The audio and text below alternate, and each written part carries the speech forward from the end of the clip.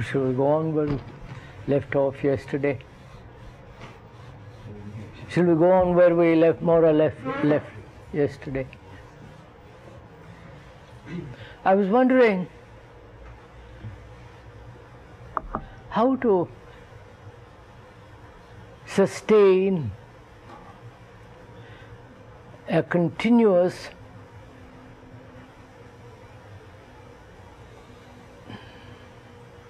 seriousness. Would that, I think we'll come to, if we could go into that a little bit and come back to what we're talking about.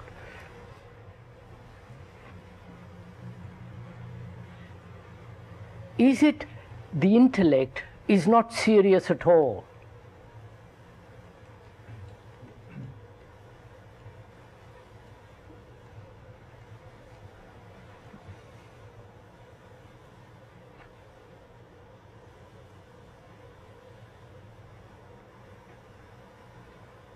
A fragment of our life, which is already fragmented,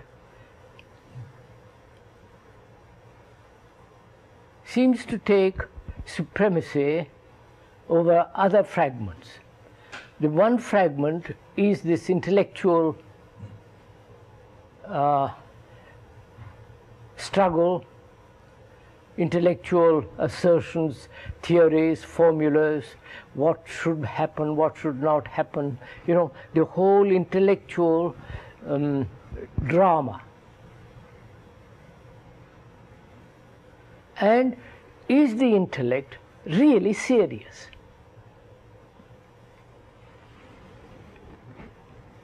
Serious in the sense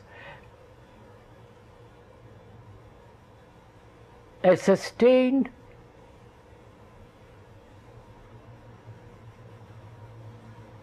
total comprehension which has nothing to do with formula, with theory and belief. Can the intellect, a fragment, be ever serious? Serious in the sense a continuous drive, a continuous sustained observation without any distortion.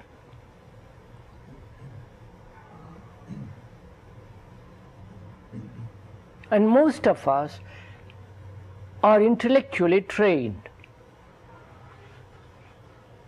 in a society that demands the intellectual output rather than a total output of the human being. I don't know if I'm conveying anything.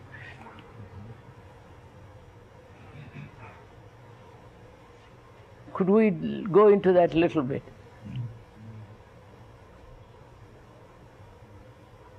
Why has this happened?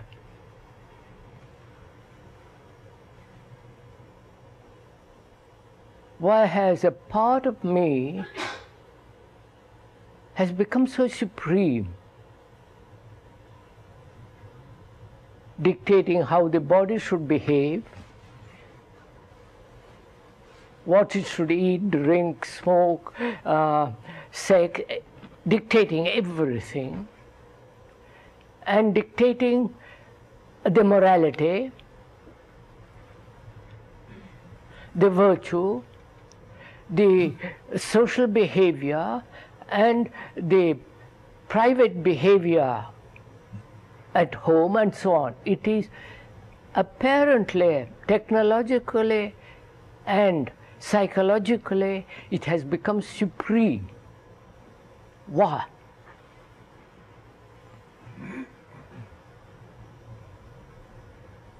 Why has one part of this whole structure, which is the me, why has that become important?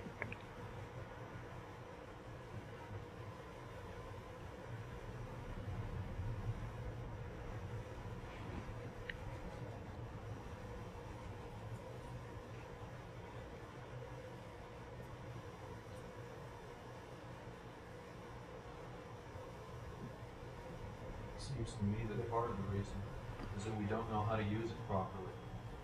We don't understand what it's good for, how it works. In the society of scarcity, wasn't it necessary to have the intellect for the intellectual development, so the technical development, so we can produce the goods? And now that we have the goods, we don't need it. Well, we're doing something that was necessary. Are you saying, sir, the technological development, which is the intellectual activity, has dominated the whole existence of man? It was necessary because there wasn't enough to go around. Is that the reason? Well, we thought that. We thought. Is that so? Like that's part of control. It's part of our whole culture wants to control nature using the intellect for that, and each of us tries to control ourselves using the intellect for that. So, what in yourself, if I may come back to oneself, why has intellect taken such extraordinary importance in one's life? Isn't it that Leave society, culture, morale, all that out. Why has it taken in one's life such vital import? Isn't it that same demand for security we were talking about yesterday? So we think our ideas are something that don't change. Look into yourself, sir, look into yourself. Why have you given why has it taken such importance in my life, in your life? It hasn't in me, but I'm just asking, why has it? The whole training was that. Encouraged. If it wasn't trained, wouldn't you do exactly the same thing? If I was living in the country, I don't think I would have. Wait, sir. Don't be so clear about it. I'm not at all sure you wouldn't. Living on a farm, milking the cows, doing the work in the day. Are you? No. Even then, there would be always, my cow is better than the other cow.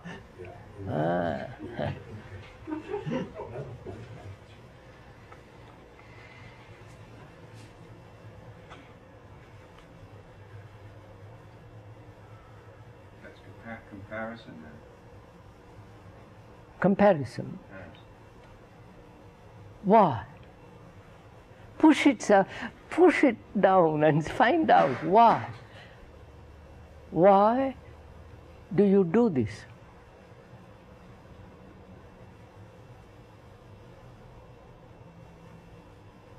You understand, sir, what is implied in this? The whole hierarchical outlook of life, on life. The better, the higher, the nobler.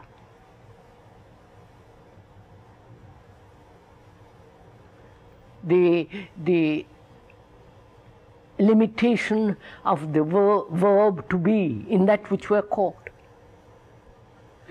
If you go into it, you will see why we have given this thing such a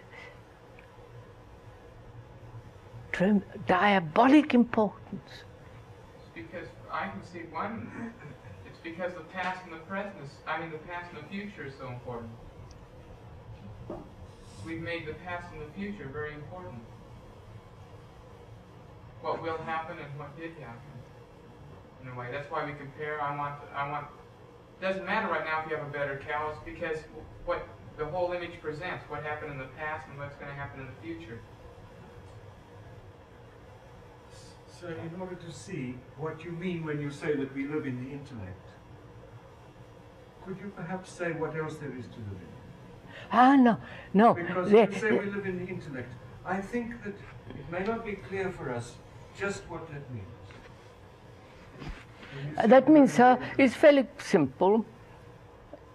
The future, the ideal, the formula, the belief, the whole structure of what should be the utopia, the ideal, the perfect state, the perfect God, the perfect disciple, the perfect master, the perfect, you follow? The control you were talking about. Yes.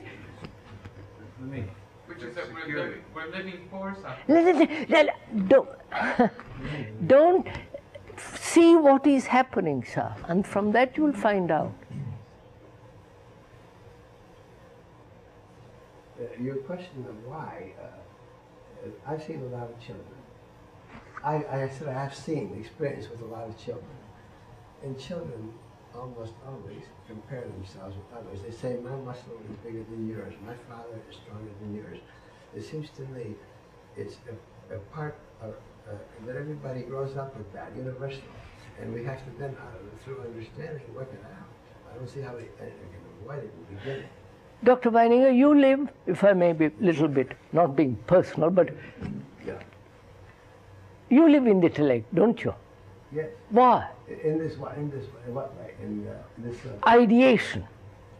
Not so much. No, not so much, not at all. You can't have little and not so much. But let us see.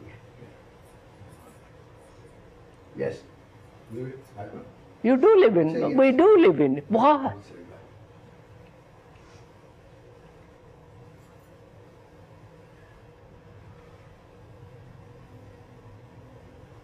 Because there's seeming security.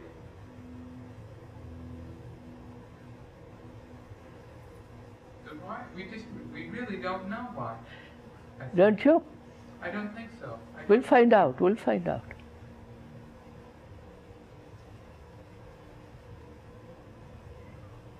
It seems like a lot of it is to be in touch with other people, to communicate. But we are not at all in touch with other people. That's the opposite. Quite the opposite effect. It is an isolating process. Mm-hmm. I've isolated myself, my image, my formula, my God, my this, and over that I look at somebody else. But still there is the war. When we answer why, it seems every time we say something, we're guessing in a way. We're saying if what we say actually meets with our own experience. It doesn't seem like we're getting anywhere. Let's watch it, sir. Let's look, go a little bit, sir. You're too verbal, if I may say so. Go slow.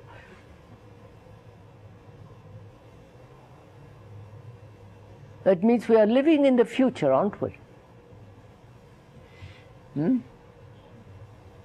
The ideal, the formula, what should be, the better, is always over there, right? Why do I live that way?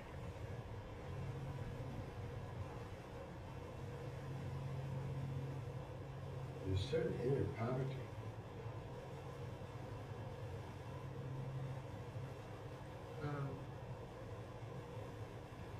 I live in the past and in the future, right?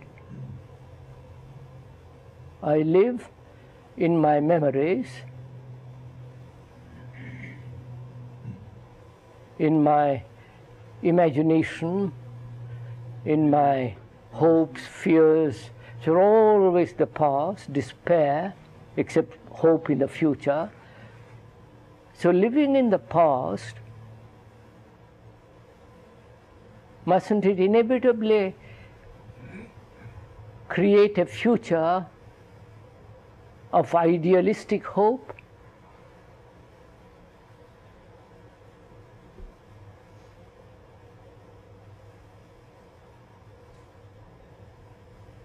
I don't live now, but the past and the future.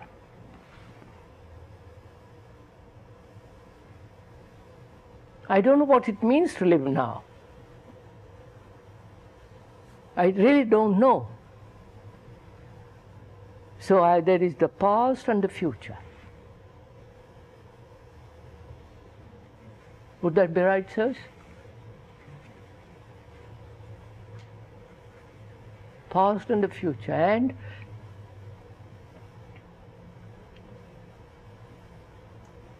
let me go on. Why do I live in the past? I know nothing else but the past. And what I want to know about the future is the hope, which is its own hell. Right? So that's all. Why do I live this way? Yesterday we talked about the fact that there was uncertainty in the present, and that realization. I didn't say it's uncertain in the present. I want to be certain in the present. Secure. Secure. Well, again, that's security. And there seems to be security in the past because it's something that's known. So we cling to that. we cling to that, and yet I'm living in the future. Living for the future might be better. All right, living for the future. What should be?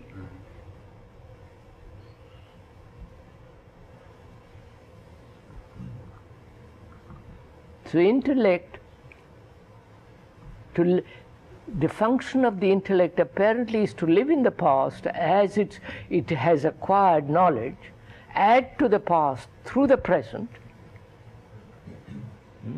and that's living, that's intellectually operating, functioning, scientifically, technologically, every way.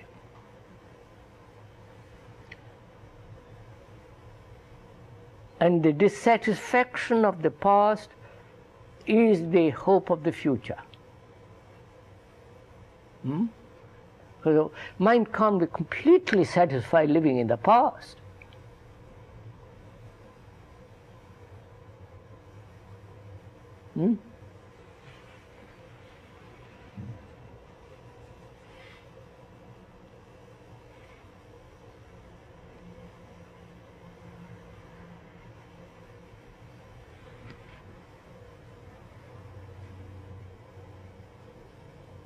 Right? So then what? Is it because of the element of time? Well, that is time. After all, living in the past is time. And the future is time. We're asking, aren't we? Why has the intellect become so extraordinarily important? That includes the emotions, doesn't it? When you say the intellect. No, it controls the emotions. It says it's good to have good emotions. You follow? A thought, a prejudice is an emotion, a feeling. It's a strong thought. Strong thought. Yes. So when you say intellect, it's distinct from the emotions. I don't like him. Yes, that's right. That's also intellect. And no, it's a look, is it? Because he did something, because he's a threat or something. I don't like him because he has this. It's a conclusion made by the intellect, a thought, and the thought doesn't like that, and so on. So this feeling. So we'll come to the feeling presently. Because when you say intellect, people tend to think perhaps that you're talking about abstract thinking and cerebral No, activity. sir. No. The intellect which acts in our lives as strong feeling and strong prejudice and drive. And that's emotion. But the If I just think that it has no meaning, but when I think with feeling, then it does mischief, then it divides, then it projects into the future. That is so. Then what? So when you say intellect, are you saying intellect as distinct from emotion, or are you saying intellect which includes emotion and emotion? Yes, let's include emotion for the moment. Wait, let's be clear. We'll include emotion into it. Prejudice, like, dislike. Now wait a minute. It's part of the same thing. Why is this happening all the time in us?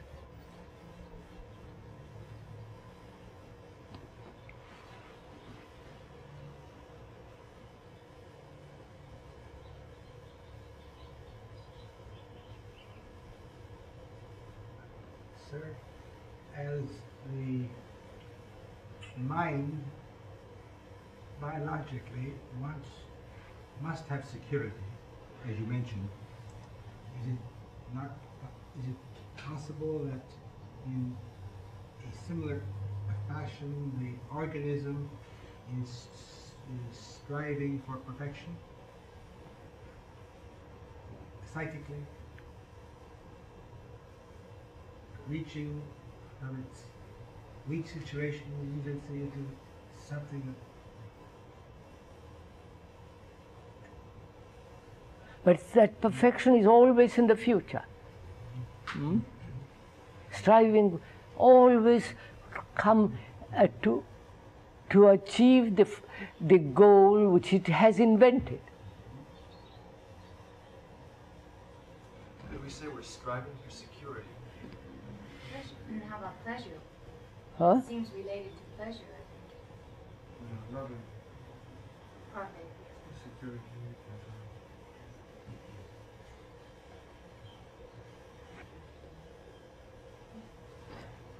Is one aware that the intellect, in which is included all this business,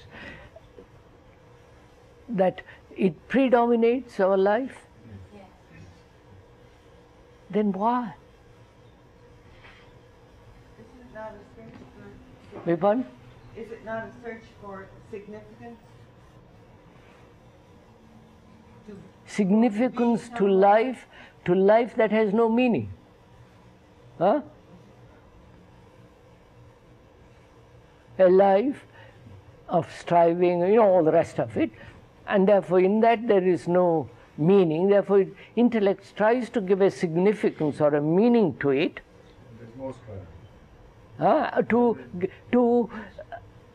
to live differently. This is a dull stuff, life is, and I'll invent a meaning to it which will make it interesting. That's all. And I strive some more. Yeah, I mean, I'd like to restate that differently. You mentioned how the mind must have security. It is actually... not I mentioned, so it is, I mean, you can... It is. Yeah. It's a new statement, of course. Is it... And we know that the body will compensate. If you lose one kidney, the other one will grow to twice. Right, and take care. Yes, this compensation. Is it possible that there is this psychic built-in aim for compensation in that sense, but we find the wrong ways to do it as we do with the mind seeking security?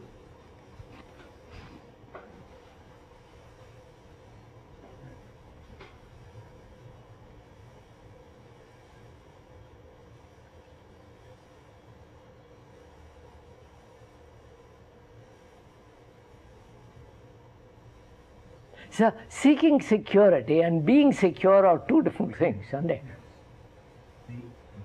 No. We are seeking security.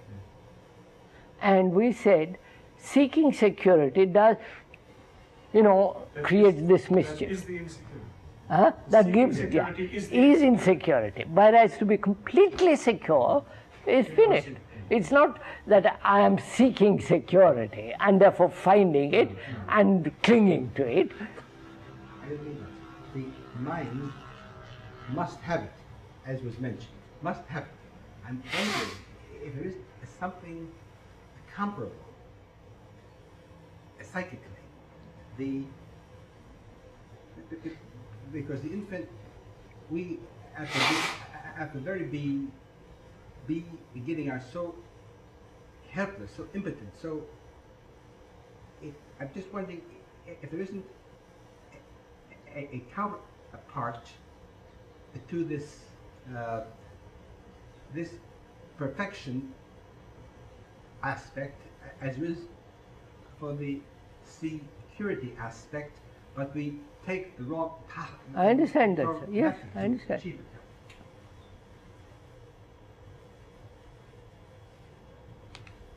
The biologists say that thought developed in evolution based on fear. Fear was the basis for evolutionary development of thought. Fear is itself a thought.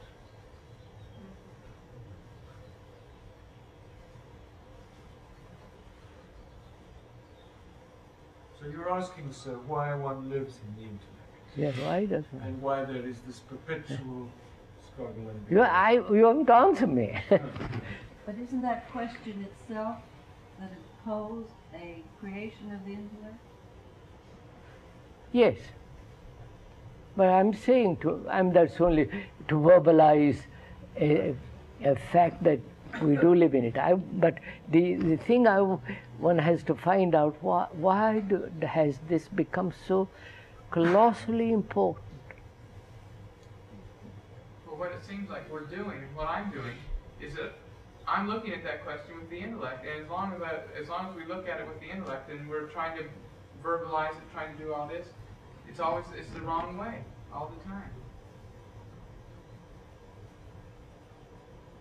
We're giving evaluations and analysis of the question and our experience, but we're still caught in it.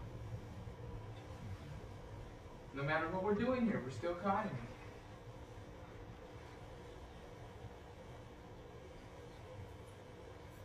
Then, sir, let's look at it down the other way. What is living?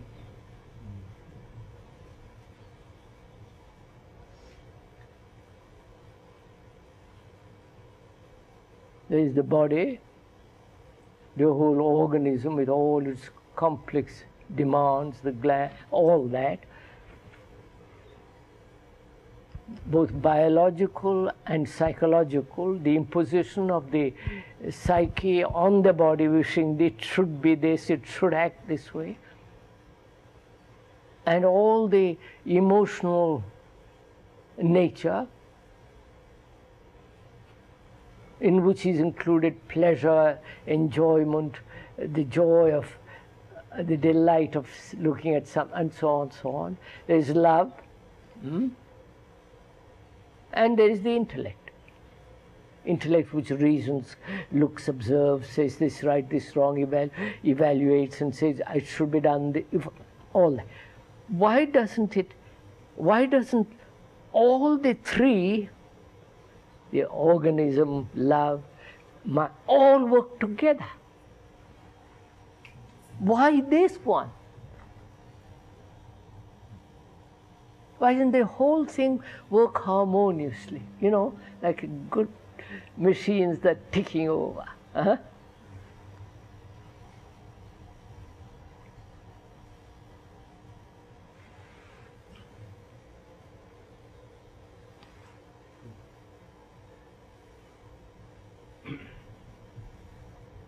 It cannot be harmonious as long as one is large or enormous, or one is important than the others.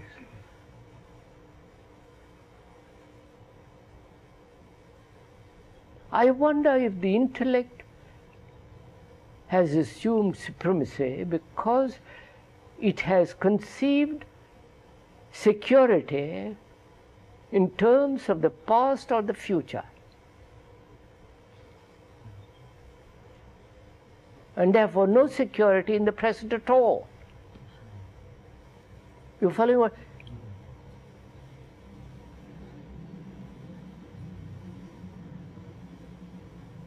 He says, I've had food today, I must have food this evening. So it struggles to have food this evening. And tomorrow, I must have my pleasure, my sex, all tomorrow.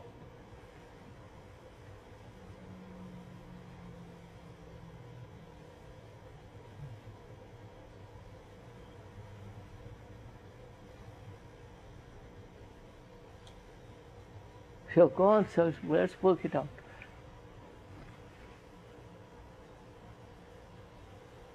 Or is living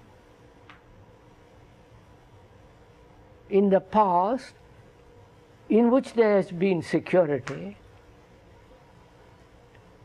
and that desire to have permanent security in the future, as I want tomorrow food, has built this idea, has made the intellect enormously important.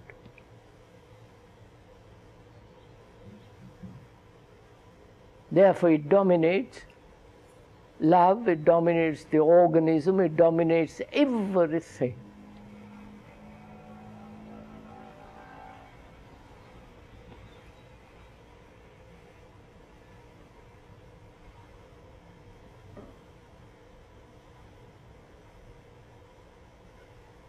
And how does it come about that the three, psychosomatic and plus, live harmoniously, completely, you follow?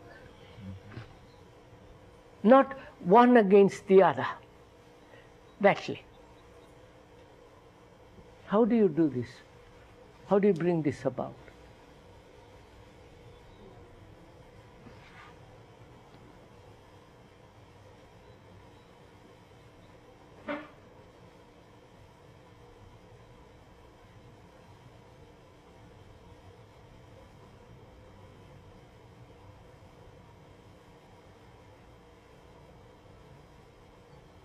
You see, we live, I'm getting somewhere.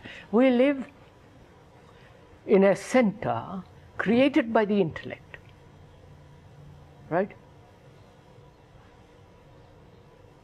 Center of ideas, self-centered movement, which is still the intellect.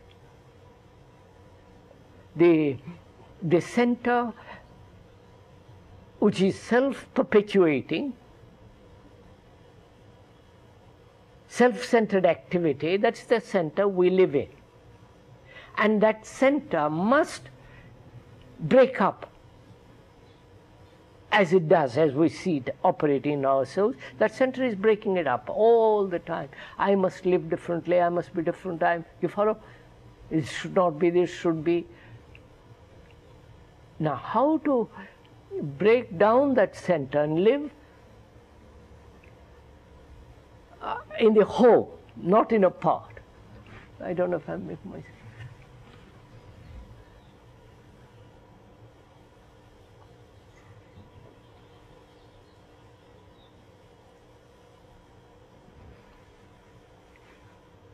Your first question interested me very much.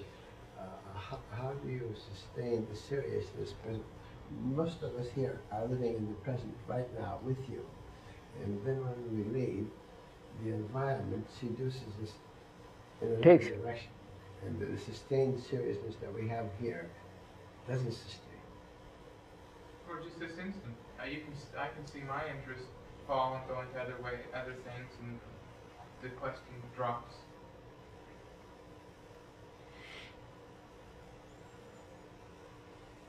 So, could we put the whole question differently? How does it happen that one can live harmoniously? So that one or the other is not overdeveloped, one or the other is not in conflict, but function, live, act as a whole, sane, holy thing.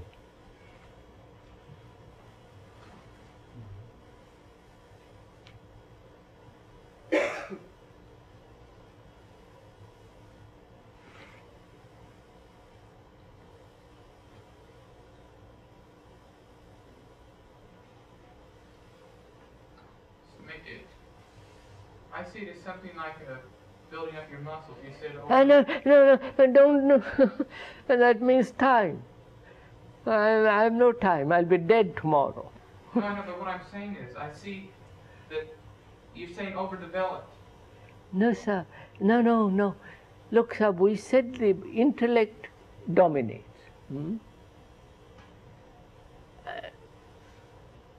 Subjugating the affection, physical organ, and so on. I'm asking myself, how does it happen that one can be completely harmonious.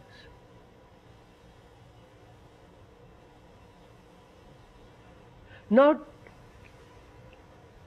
an idea of harmony which is in the future, but harmonious now.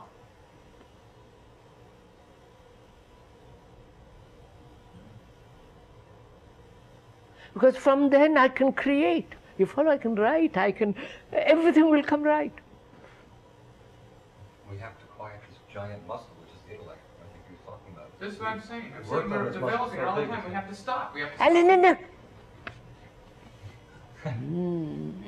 No, we have to stop means resistance. Who's going to stop? We have we have to dominate it, we have to put it down. All that is again, you're off. I see one can't do that because that's building it up too. No, I don't, that's not my question anymore. My question is now, how can this harmony take place? Knowing the other thing is overdeveloped.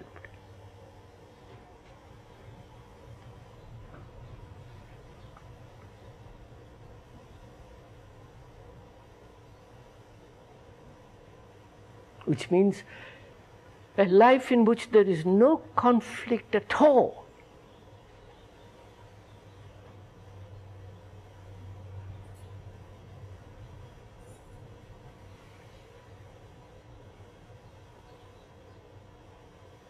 Or conflict, violence, all the rest of it. So how does this happen?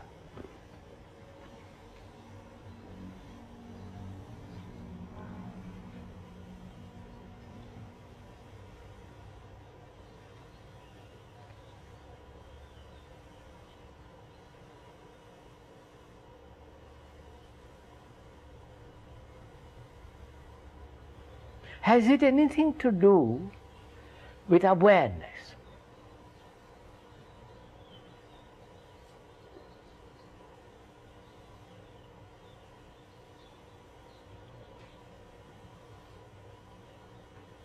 Sir, do you believe that it has to do with that we are not being aware? No, I'm asking, sir, I'm asking where this harmony, because we live in disharmony. To come upon this harmony, I'm asking myself if awareness is the key to it. Awareness of the disharmony.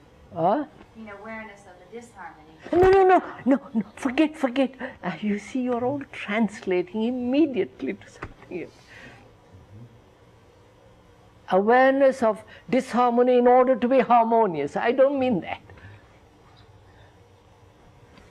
I'm asking if awareness is the key that brings about naturally harmony. Sir, is awareness an intellectual process?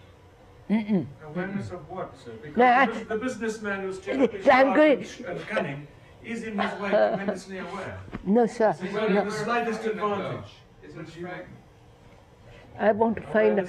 I'm asking first a question, sir, whether awareness is the key to this. I don't know what awareness is yet. We are going to find out. We're going to explore it. So far one has explored the reason of disorder and disharmony, this supremacy of one or the other, the supremacy of the soma, the body, or the supremacy of the intellect, emotion or the intellect, or the appetite against the intellect, and so on, so on, so on. The battle. And I say to myself, has awareness, you get it? Is the awareness that will bring harmony, that will make everything equal. The function which contains all that and is beyond it. Yeah. I just want to inquire into it.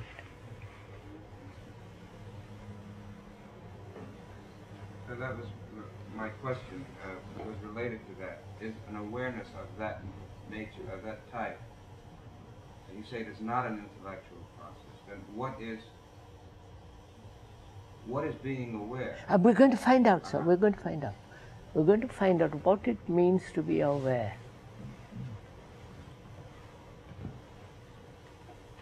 Because if the intellect says, I will calm down, it's a hypocritical thing. I mean, I will just hold myself in, ready to burst at any moment. Also, that's a calculation. And so, you follow? And if the body says, all right, then I have a chance now. You follow? Now I can let off the emotions. So, can we... So what does awareness mean? Why is awareness important in this? You follow, sir? Here I have a problem. I live in disharmony, in disorder. Either the body becomes extraordinarily demanding, vital, and you follow? With its lusts, with its appetites, with its...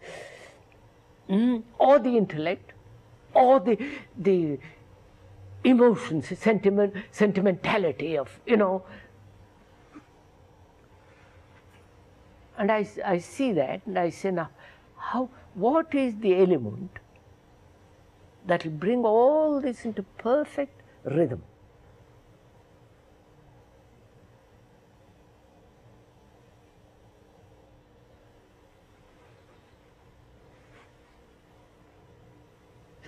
So the body is perfect, healthy. So the emotions are they are real emotions, not invented by the intellect. And reason. Sane, healthy. I mean, whole implies, I don't know if you've looked at that word, whole means whole, in which is implied health, sanity. And also whole implies H-O-L-Y, holy. All that is in that word. Which means the whole thing is whole, sane. Now, what is the thing that will bring this about? Not effort. Because effort means intellect says, by Joe, I see that's the way to live, and I'm going to after it. I'm going to train the body, I'm going to train it's gone. If you say that is the way to live, so I'm going after it, then you haven't really seen it. No, of course not, of course not.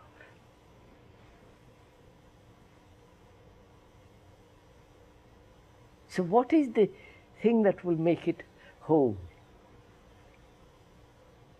In which there must be not the slightest whisper of effort.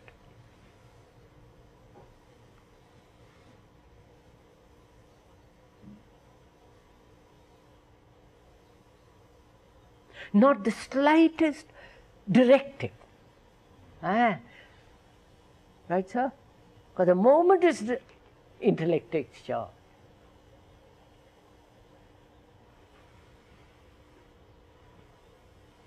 So the mind must be free of the directive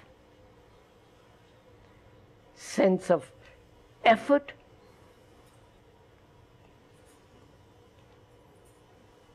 Now, how does this happen?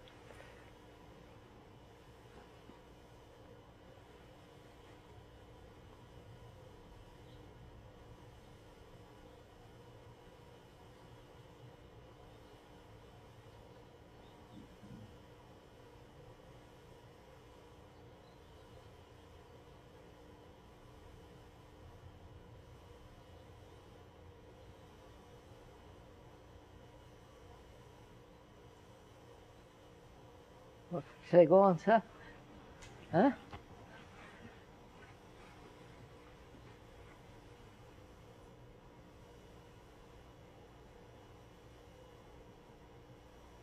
Must this thing come from outside, or must it begin from the inside out? I don't know if I'm using non-technological words, but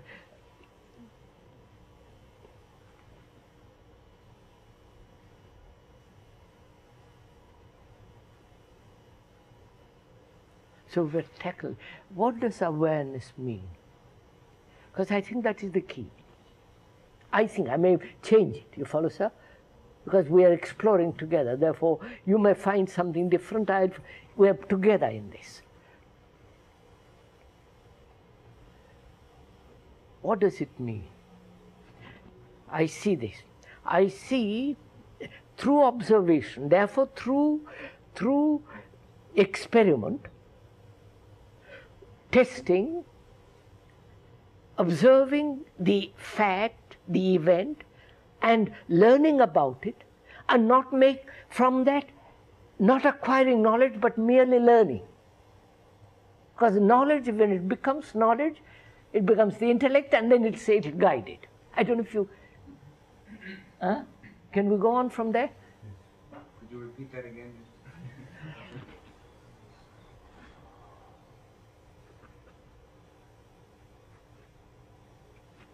What did I say? When you act from knowledge, then it is again the intellect which is guiding. But learning is not to act from knowledge, it's a state of being in which knowledge is not acting.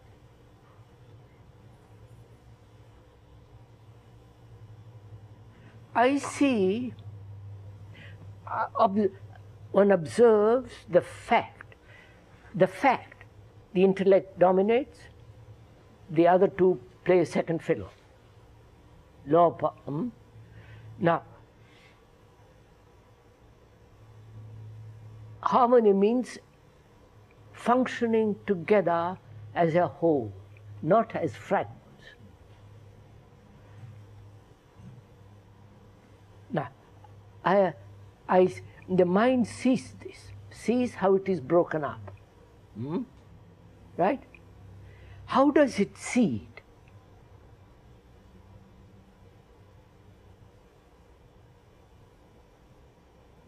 Is the seeing a word? Or accumulated knowledge? Wait, no, a word. That is, I must see this thing. Or do I, by the very fact of this dialogue, it is exposed, and I see it as I see it in a map. The three operating in contradiction with each other, one dominates, and so on. Now, how do I see it?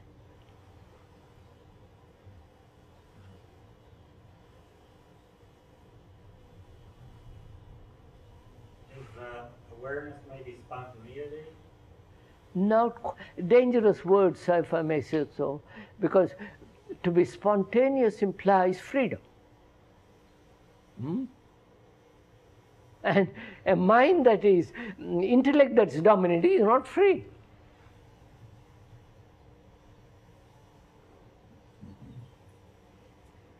So I'm just, how do I see this? How does the mind see this thing? See this fragmentation. One fragment supremely important, the rest are minor. How does, I mean, when we use see, how do you see it, sir? You see these three fragments, one little taller than the rest. And when you say, I understand that, what do you mean by that? Is it a verbal understanding?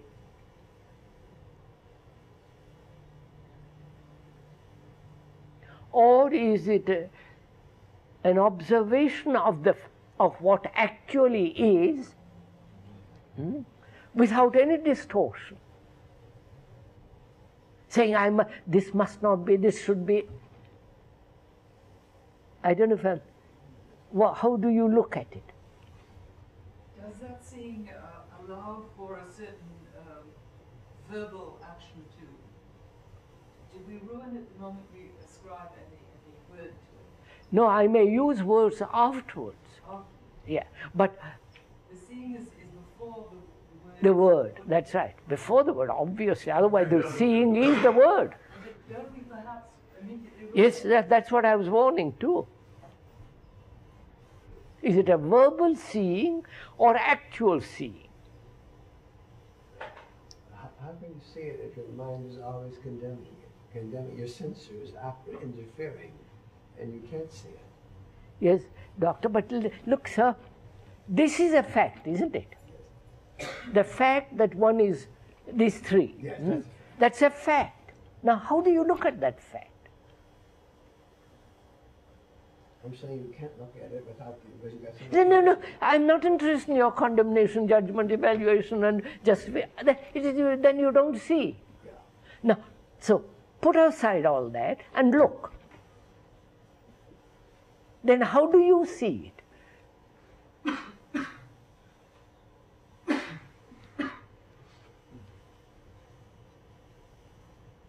it?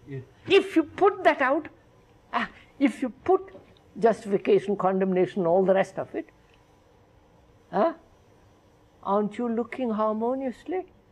And then, no sir. Do go slow.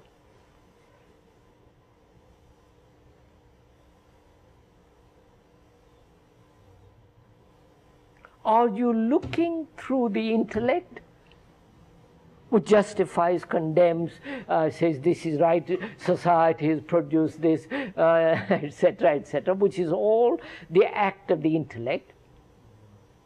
And when you put aside justification, condemnation, and all that, how do you look at it?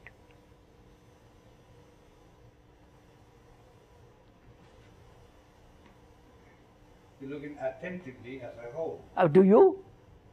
And don't theorize about it. Then we play tricks.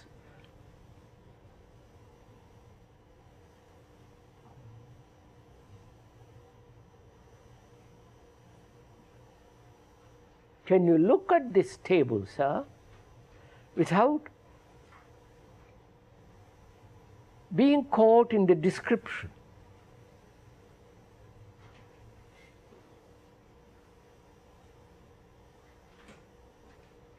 Because the description is not the table, right? Can you look at it without the word? Saying it's a marble, I like it, I don't like it, strange painting, and all the rest of it, go through it. How ugly, how beautiful, how, etc. Just to observe. And even observe without looking at a table. No. How can I observe without looking? Then you are looking at the idea of a table.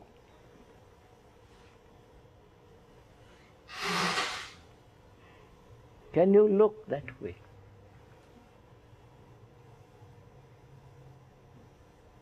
And when you do look that way, don't you see the whole of it, not just what you think it should be?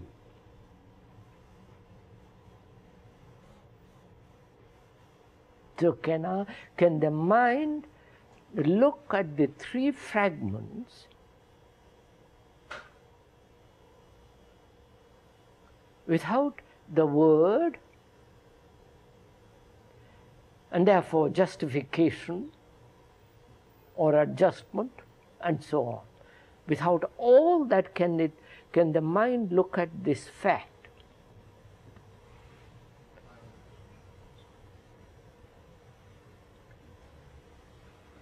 He wants 5 minutes rest. 5 minutes left. I see.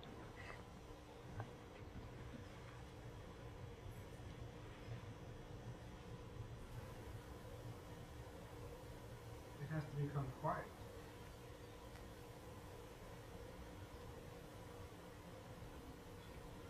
Does it sound quiet?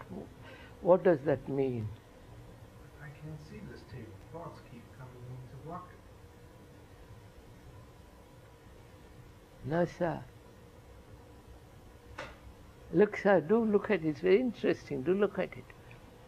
If you really want to look at that table, is there any thought? Huh? When you are inattentive, all the things happen.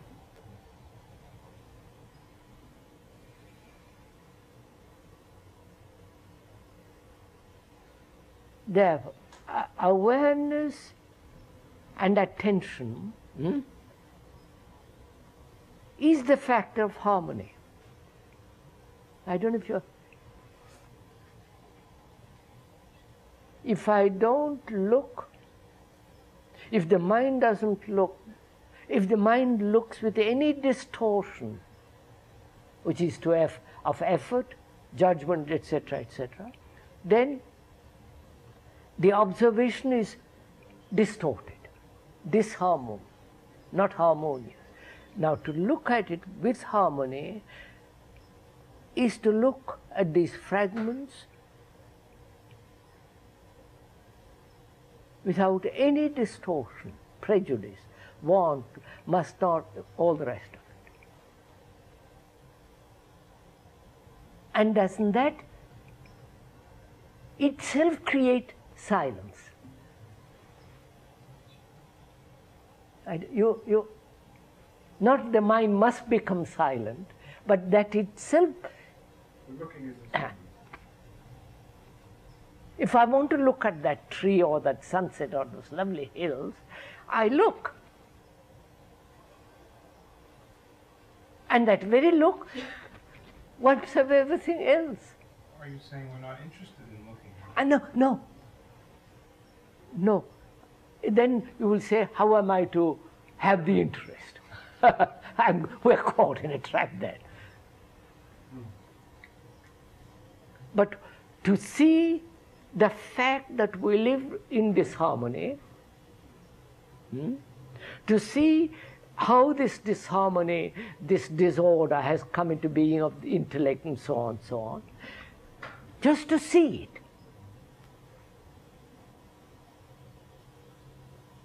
And the very seeing of it has its own silence.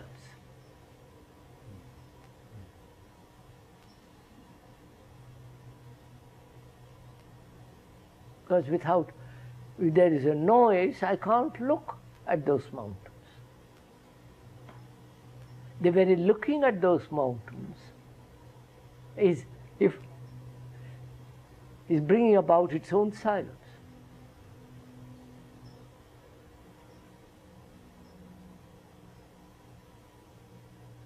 So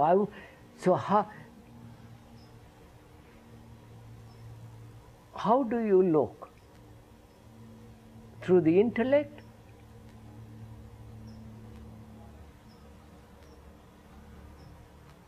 Do you look at that tree, those hills, or do you look at these fragments, the intellect and so on? How do you look at all those? With chattering?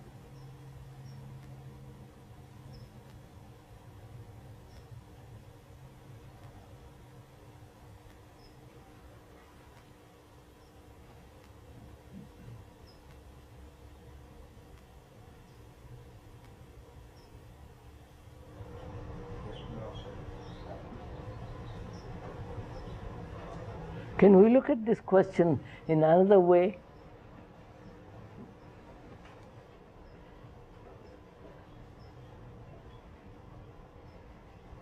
You know, control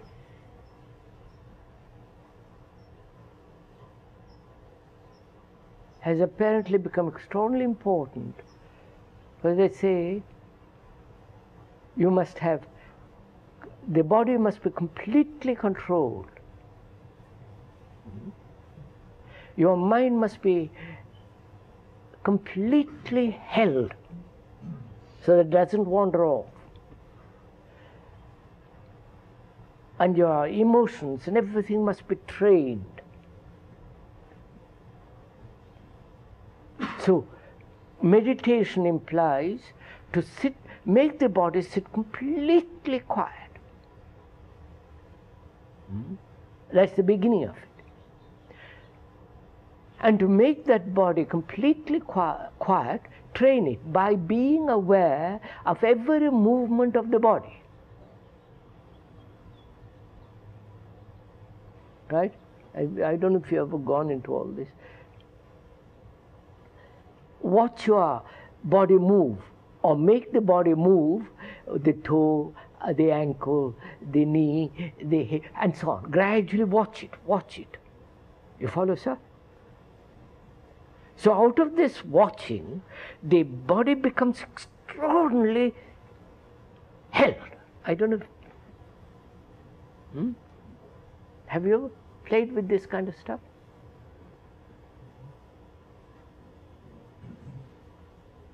So, then in the same way, watch your emotions, watch your thoughts, watch so that it doesn't move away from the directive, from the direction it has been set,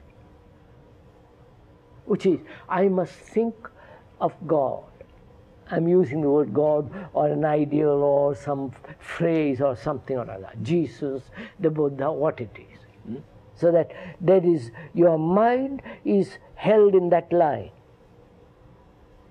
in that groove. So the control has been imposed on this. And we have accepted this as the way of leading a very straight, orderly life. That is very disorder. That itself is disorder.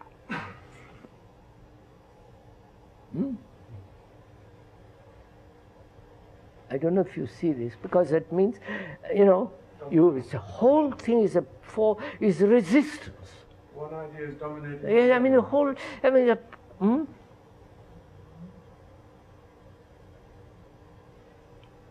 We are saying, don't do that. That's all wrong. But be aware. Be aware without distortion, without choice, without giving a direction. And that very awareness will make the body quiet. You follow?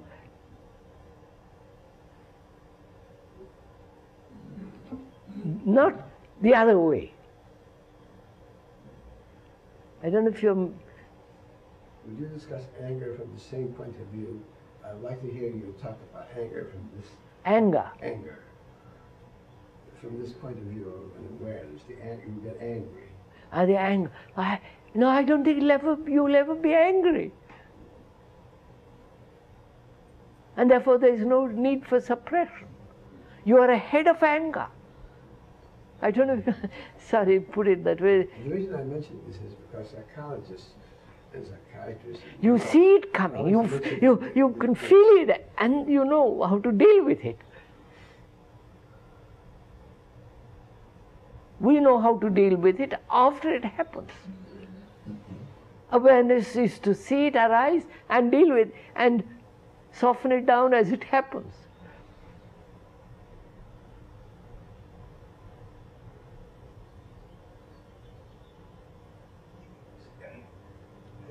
You are saying that we will really know how to deal with it. Now we have to make, now it is a matter of our doing it.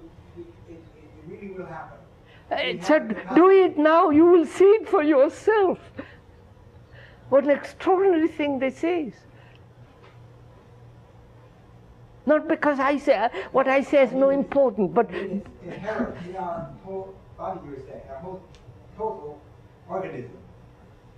Yes, obviously, a man who is extremely energetic is not angry.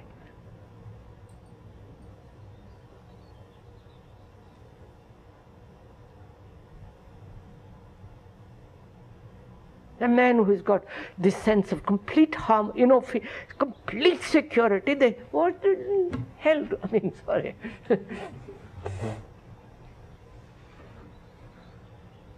is it true that does love always flow out of this full awareness? No. So, do you think a flower that's full of perfume saying this is love? I don't mean the idea of love. I'm saying a flower. There it is. That's got so much perfume, lovely and so tender. I had to talk. I mean,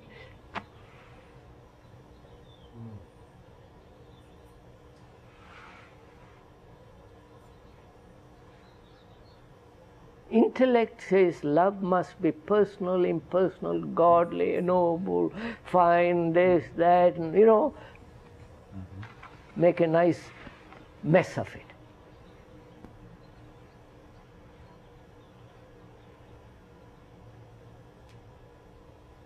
I mean, this whole Catholic world is now in revolution because it has accepted that in the service of God you must be a celibate.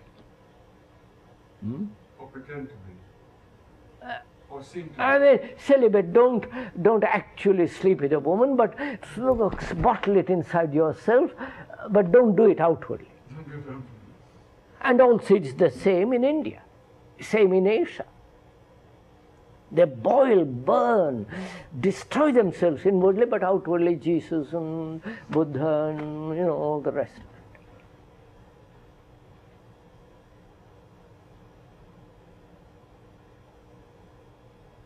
So we are saying, seeing all this phenomenon, a harmonious life is only possible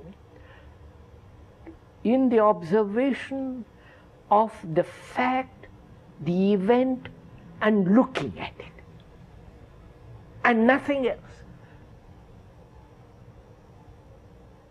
How you look matters, not what you look at. I don't know.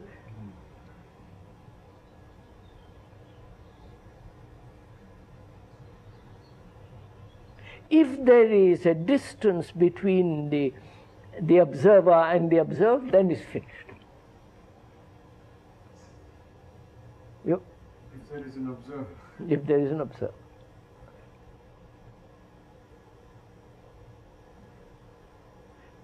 The flower with perfume doesn't say, this is love, this is beauty, this I am full of this, I am full of that. It is that.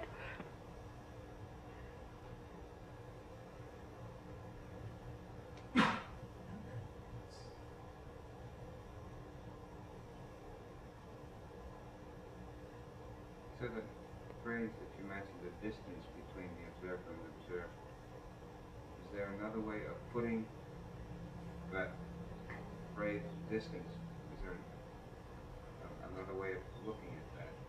Another way of looking at self is to look at it without the observer. To look at it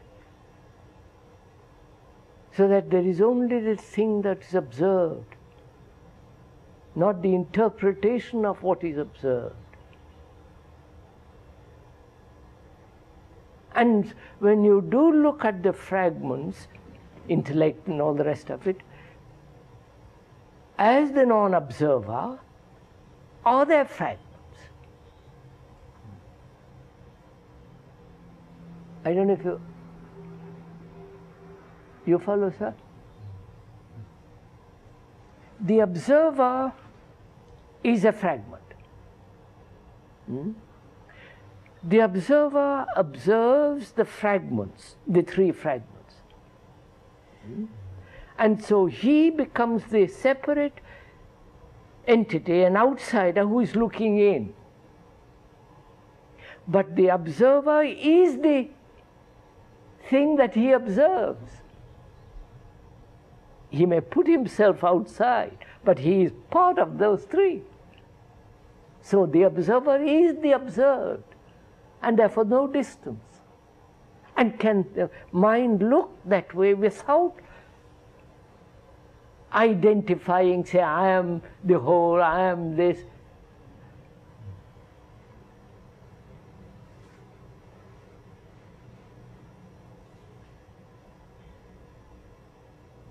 So look, another extraordinary thing takes place when you look.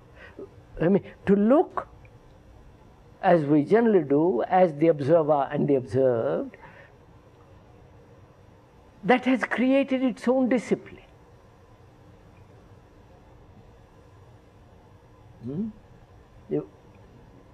Its own disorder. But to look without the observer requires and discipline in the sense of tremendous learning to look. Learning in looking. Learning in looking. Not in overtone. No. Doesn't that take time? No, sir. Two are the same. No, sir, it doesn't take time. Look, sir, look at those mountains without the observer. Just look, sir, and see what takes place.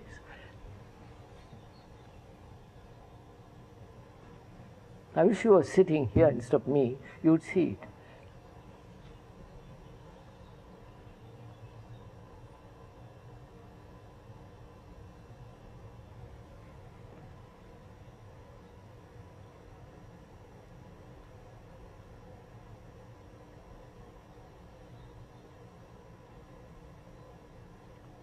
So that's really quite, to look without the image. You follow, sir? That's what it means. To look at my wife, husband, the hills, the trees, the birds, the whole movement of this beauty without the image.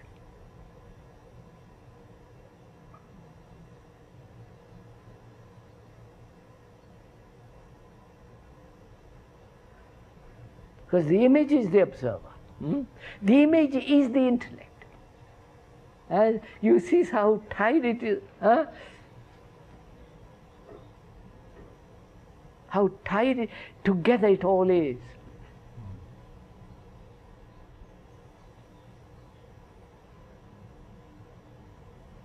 So one has to take the whole of it or not at all.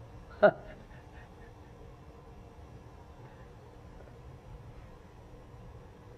can't say, well, I like a fragment of it, I'm going to use it. Then you're going to destroy the whole thing.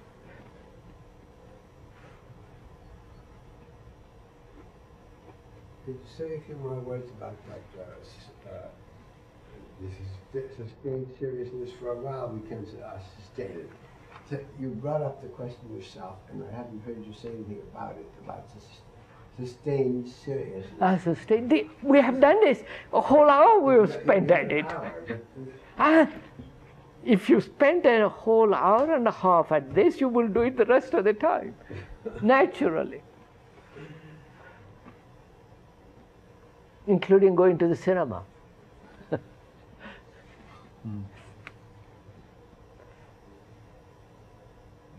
This doesn't leave out playfulness, does it? I hope not. It all depends what you mean by playfulness.